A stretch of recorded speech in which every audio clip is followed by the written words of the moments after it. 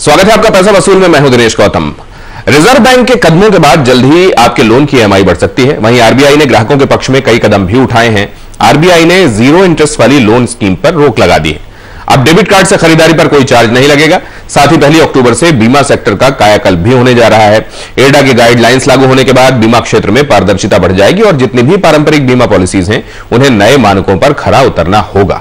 तो आज पैसा वसूल में इसी सब पर होगी चर्चा। जानेंगे कि आरबीआई और एडा के इन कदमों का क्या होगा ग्राहकों पर, यानी आप पर असर।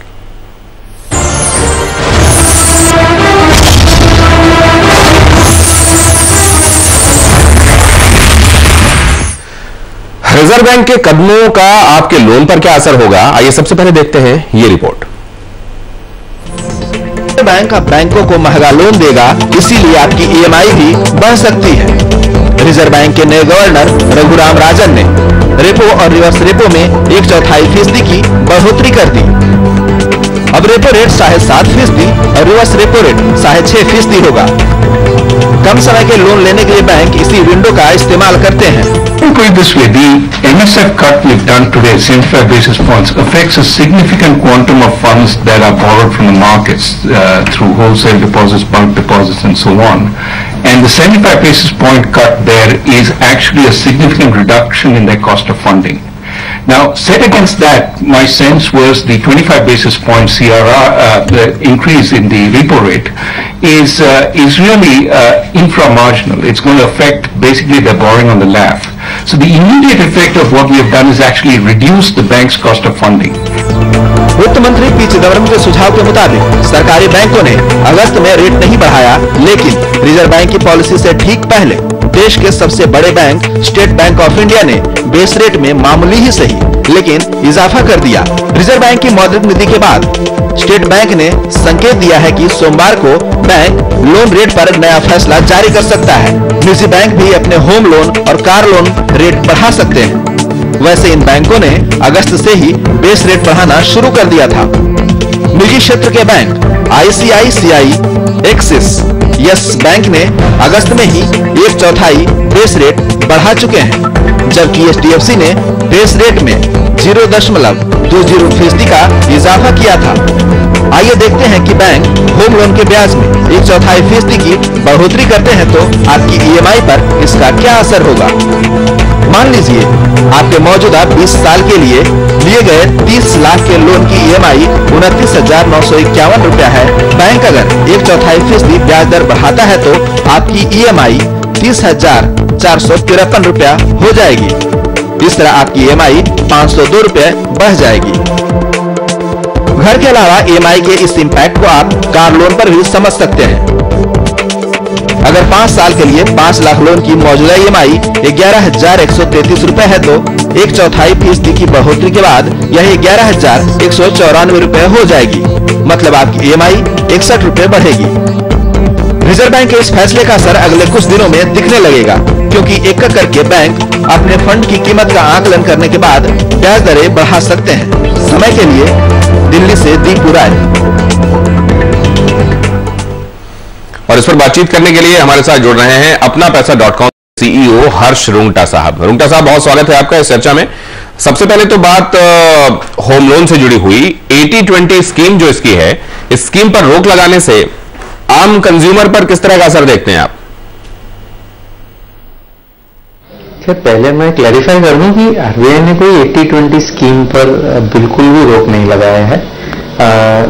उन्होंने सिर्फ इतना कहा है कि स्कीम का वो वेरिएशन जिसमें कि बैंक जो है वो सारा का सारा पैसा एक मुश्त, मतलब 20 रुपए तो कस्टमर देगा और 80 रुपए बैंक एक मुश्त बिल्डर को दे देते हैं और कंस्ट्रक्शन शुरू भी नहीं हुआ या कोई भी स्टेज पे नहीं है, तो वैसा ना करें।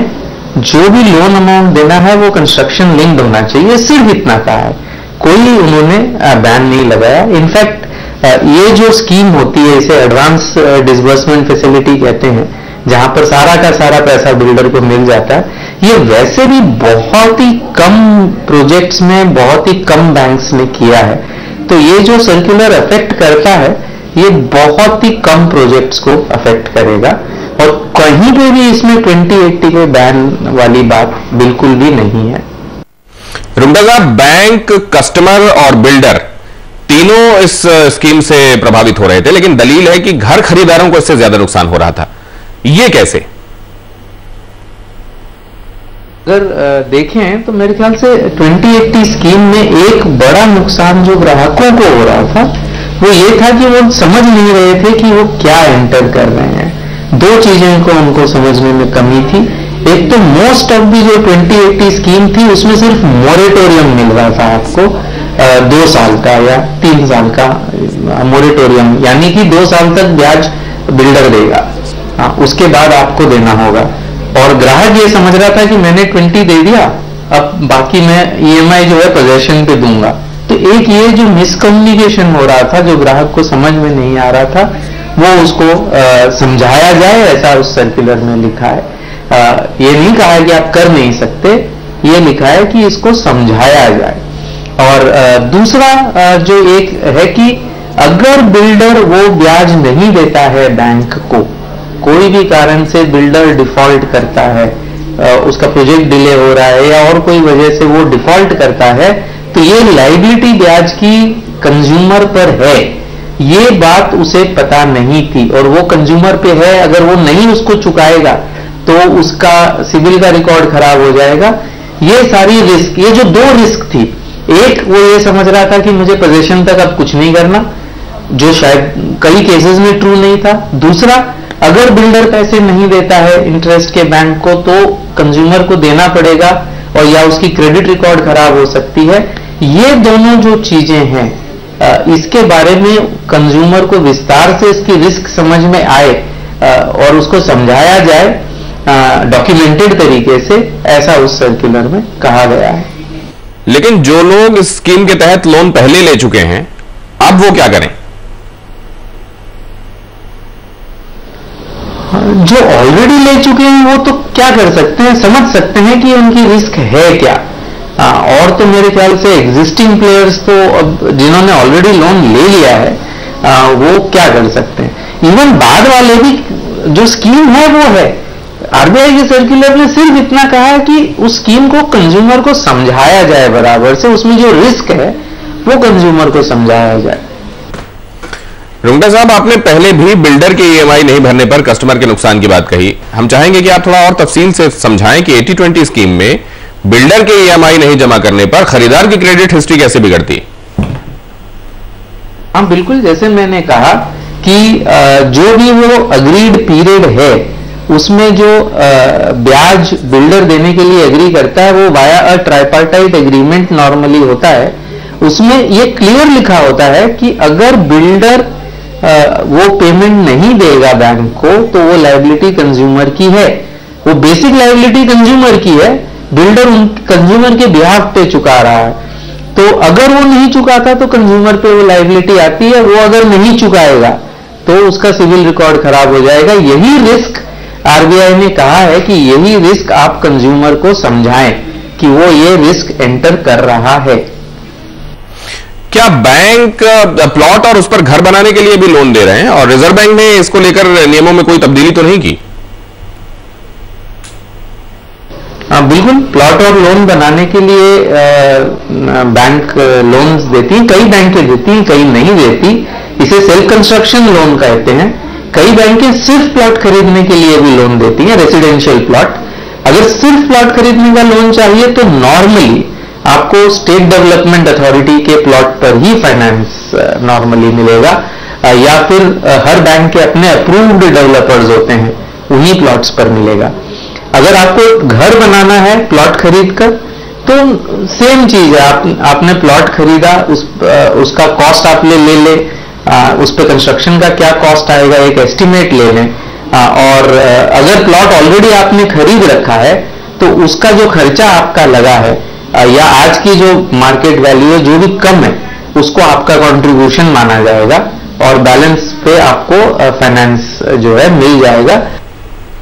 रुंगटा साहब, प्लॉट के लिए लोन लेने के लिए क्या नियम और शर्तें अलग हैं? जो बैंकें ये ऐसे टाइप के लोन करती हैं उसमें ट्रीटमेंट उसका बिल्कुल रेगुलर अंडर कंस्ट्रक्शन प्रॉपर्टी का जैसे फाइनेंस होता है वैसे होता है, एक्सेप्ट दैट आपको जो पार्शियल डिसबर्समेंट चाहिए होता है उसके लिए आपको बैंक के पास कंस्ट्रक्शन के सर्टिफिकेट्स और फोटोग्राफ्स वगैरह सबमिट करने होंगे। कभी कभी बैंक अपने आदमी को भी भेज के चेक करवा सकती है, कभी आपके फोटोग्राफ के बेसिस पर भी डिसबर्समेंट दे सकती है। रिजर्व बैंक ने रेपो रेट में तब्दीली की है, आम लोगों को यह डर सता रहा है कि उनकी ईएमआई बढ़ जाएगी। इस फैसले का कैसा असर आप देखते हैं? हाँ, सो बिल्कुल ब्याज की दरें मेरे ख्याल से पिछले 30-45 दिनों में बढ़ रही थी और इस अनएक्सपेक्टेड कदम से शायद थोड़ी और बढ़े। तो ऑब्वियसली अगर इंटरेस्ट रेट्स बढ़ेंगी तो ईएमआई फ्रेश कस्टमर्स के लिए तो ईएमआई बढ़ जाएंगी और एग्जिस्टिंग कंज्यूमर्स के लिए उनके जो अवधि है लोन की वो बढ़ जाएगी। रुंगटा साहब, reserve bank home loan EMI cashback offer पर भी रोक लगाने की तैयारी में है। इसका क्या इंपैक्ट आप देखते हैं और इसमें क्या गड़बड़ी है किसी तरह की? ऑब्वियसली आप पहले ब्याज देती हैं, बाद में आपको रिवॉर्ड मिलता है। मेरे ख्याल से इस प्रोग्राम में ऐसा कुछ इस प्रोग्राम की दिक्कत सिर्फ ये इतनी है कि इसको बेचते समय मिस सेलिंग हो रहा है। बाकी पर से प्रोग्राम मेरे ख्याल से अच्छा है, लेकिन जब इस प्रोग्राम को कंज्यूमर के समक्ष बेचा जाता है तब इसकी सेलिंग में जरूर मिस सेलिंग थोड़ी बहुत होती है और शायद इस वजह से आरबीआई की नजर इन प्रोग्राम्स पे पड़ी है। फेस्टिव सीजन से ठीक पहले रिजर्व बैंक ने 0% ईएमआई स्कीम पर रोक लगाई है। बैंकों को निर्देश दिए गए हैं कि वो इस तरह की स्कीम में शामिल ना हो। ग्राहकों को किस तरह का असर होगा?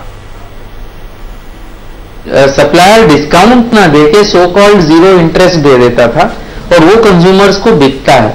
एक सिंपल सा एग्जांपल है, अगर 30,000 रुपए का मोबाइल है, उस पे आपको कहा जाए कि आप 2,500 रुपए 12 महीने दीजिए, आपको ब्याज बिल्कुल नहीं लगेगा, 0% इंटरेस्ट। एक प्रपोजल ये है।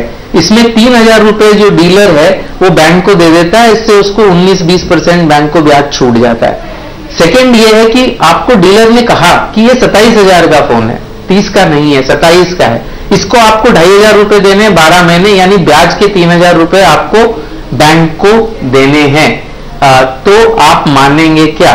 तो बहुत कम लोग वो सेकंड ऑप्शन लेंगे, कई लोग फर्स्ट ऑप्शन लेंगे। ऑल्दो दोनों ही ऑप्शन में कस्टमर का कॉस्ट वही है, 2,500 रुपए कस्टमर जो है वो दे रहा है। तो मेरे ख्याल से ये साइकोलॉजिकल इम्पैक्ट है। अब उसको एक साइकोलॉजिकल इम्पैक्ट को ओवरकम करना पड़ेगा, उसको बताया जाएगा कि ये 27,000 का मोबाइल है, तो मेरे ख्याल से इससे सेल कमी होगी। जो लोग सस्ते फाइनेंस के चक्कर में प्रोडक्ट खरीद लेते थे वो। लेकिन कुछ बैंक डेबिट कार्ड से खरीदारी करने पर अलग से चार्ज भी वसूलते रहे हैं। इस पर भी रिजर्व बैंक ने ऐतराज जताया है। क्या ये गैर कानूनी है? ये दुकानदार चार्ज लेता है, बैंक्स कोई चार्ज नहीं काटती normally, except on specific items like जो पेट्रोल है या रेलवे की टिकट्स हैं। बाकी कोई चार्ज नॉर्मली नहीं होता। तो ये ग्राहक जो मर्चेंट होता है, जो दुकानदार होता है, वो कभी कभी डेबिट कार्ड पर चार्ज करता है। और चूंकि आरबीआई डेबिट कार्ड के यूसेज को बढ़ावा देना चाह रहे हैं तो उन्होंने इस पे ऐतराज जताया है, क्योंकि ये जो उनका मर्चेंट एस्टेब्लिशमेंट के साथ जो वीसा का या मास्टर का जो एग्रीमेंट है उसके मुताबिक एक्स्ट्रा चार्ज करना अलाउड नहीं है। तो उन्होंने यही कहा है कि जो भी दुकानदार अगर एडिशनल चार्ज करता है तो उस पे एक्शन लिया जाए। रुंगटा साहब, इसका मतलब अगर दुकानदार डेबिट कार्ड की खरीदारी पर कोई चार्ज करता है तो क्या कस्टमर के पास शिकायत करने का अधिकार है? बिल्कुल, उसे अपने क्रेडिट कार्ड कंपनी से शिकायत करनी चाहिए कि ये मर्चेंट एस्टैब्लिशमेंट जो है ये इसको रूल्स को फॉलो नहीं कर रहा। आप इसके जो भी इसका टाई अप है उसको आप देखिए। एक छोटे से ब्रेक के लिए रुकना पड़ रहा है। रुंगटा साहब हमारे साथ बने हुए हैं, हाजिर होते हैं।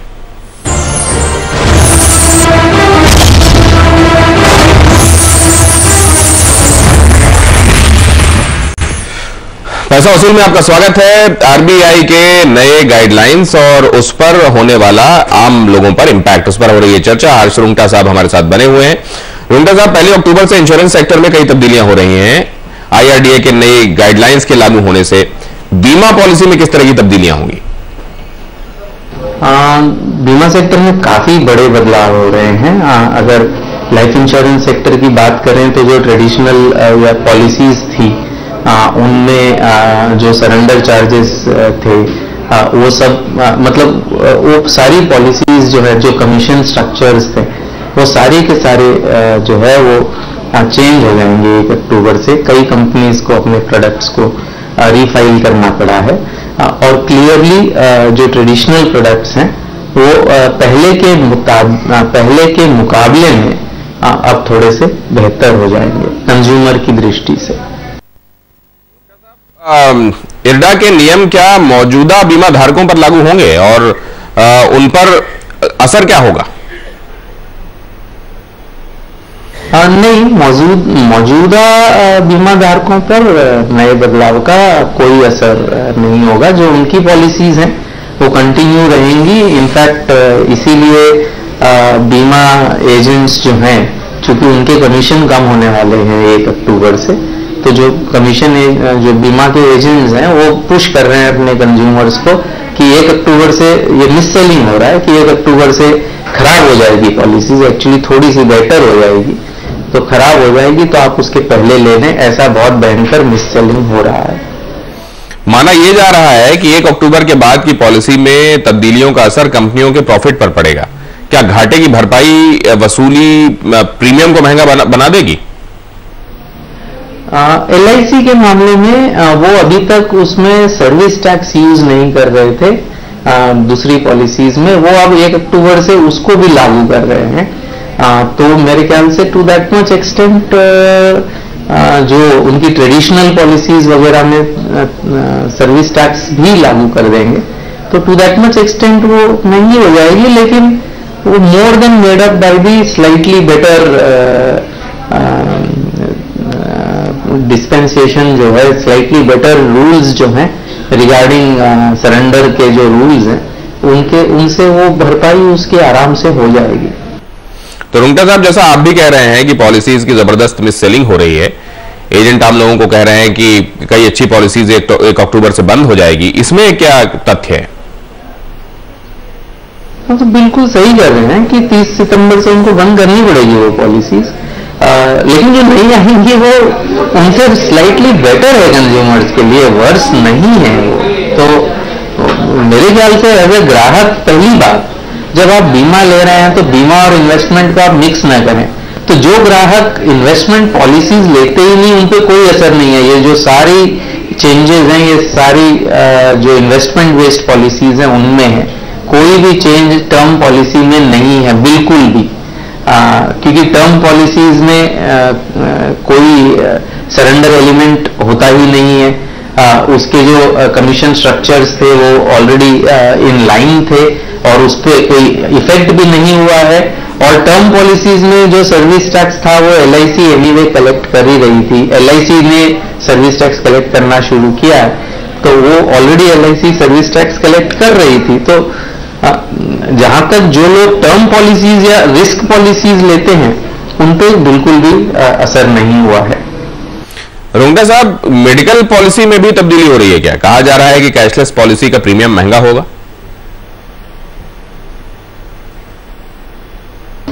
हाँ, तो दूसरा मेजर चेंज जो है वो हेल्थ पॉलिसीज में है। उनके नए रूल्स लागू होंगे, उससे कंज्यूमर के लिए बहुत फर्क पड़ेगा। उन्होंने स्टैंडर्डाइज्ड वर्डिंग्स किए हैं, स्टैंडर्डाइज्ड एक्सक्लूजन्स किए हैं।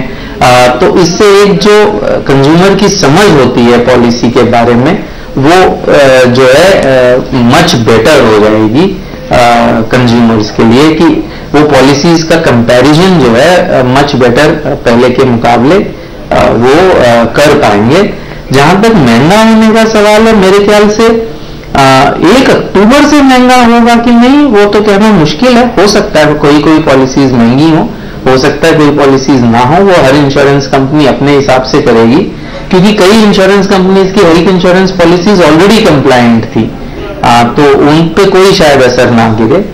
और हेल्थ इंश्योरेंस पॉलिसीज में वैसे भी मेरे ख्याल से हर 2-3 साल से या कम से कम हर 5 साल से हम प्रीमियम्स में बदलाव देखेंगे, इसमें कोई दो राय नहीं हो सकती। आखिरी सवाल रुंगटा साहब, क्या डायबिटिक को हेल्थ इंश्योरेंस मिल सकता है? ये कहना कि नहीं मिलता है सही नहीं होगा, आसानी से नहीं मिलता है डायबिटिक पर्सन को health insurance policy. Specific policies जो हैं वो भी मतलब या तो बहुत ही रिस्ट्रिक्टिव हैं, एक particular kind of diabetes patients को मिलती हैं, कवरेज रिस्ट्रिक्टेड है।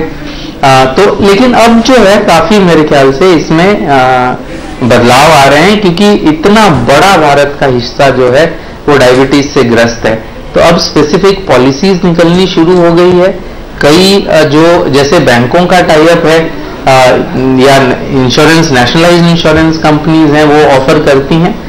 तो मेरे ख्याल से अब मिलनी शुरू हो गई है।